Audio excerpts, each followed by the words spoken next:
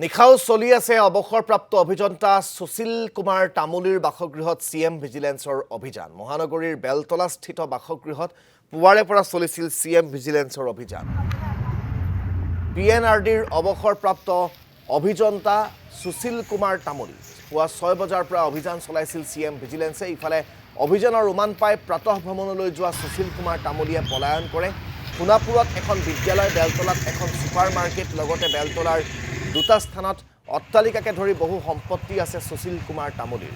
পূৰ্বে দিছপুৰৰ বিধায়ক অতুল বৰাই অৱসৰপ্ৰাপ্ত অভিযন্তাগৰাকীৰ বিৰুদ্ধে বিচাৰিছিল চিবিআইৰ তদন্ত।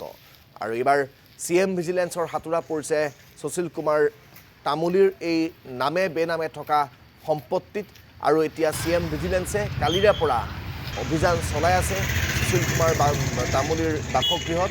আৰু বহু গুৰুত্বপূৰ্ণ সামগ্ৰী ইতিমধ্যে নথিপত্ৰ জব্দ কৰিছে বুলি জানিব পৰা গৈছে অভিযানকাৰী দলটোৱে।